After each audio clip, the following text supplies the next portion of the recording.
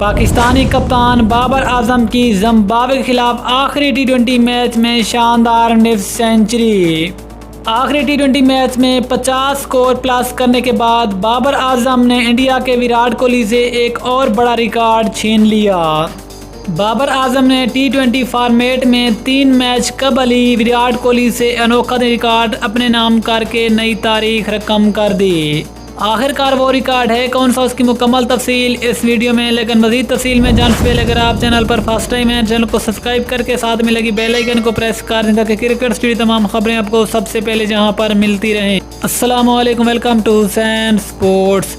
आपको तफसील से आगाह करते चलें कि पाकिस्तान और जिम्बाब्वे के दरमियान तीसरा और आखिरी टी20 मैच खेला गया, जिसमें पाकिस्तान के कप्तान बाबर आजम ने एक बार फिर शानदार निफ्ट सेंचुरी स्कोर की।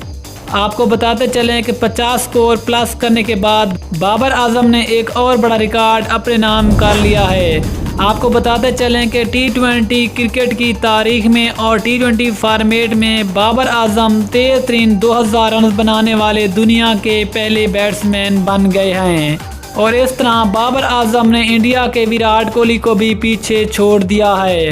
आपको बताते चलें कि इससे पहले ये एजाज़ इंडिया के कोहली के पास था, जिन्होंने टी20 फॉर्मेट में तेज तरीन 2057 इनिंग्स में बना रखे थे, जबकि पाकिस्तान के कप्तान बाबर आजम ने सिर्फ 54 इनिंग्स में 2035 रन बनाकर एक नई तारीख रकम कर दी है।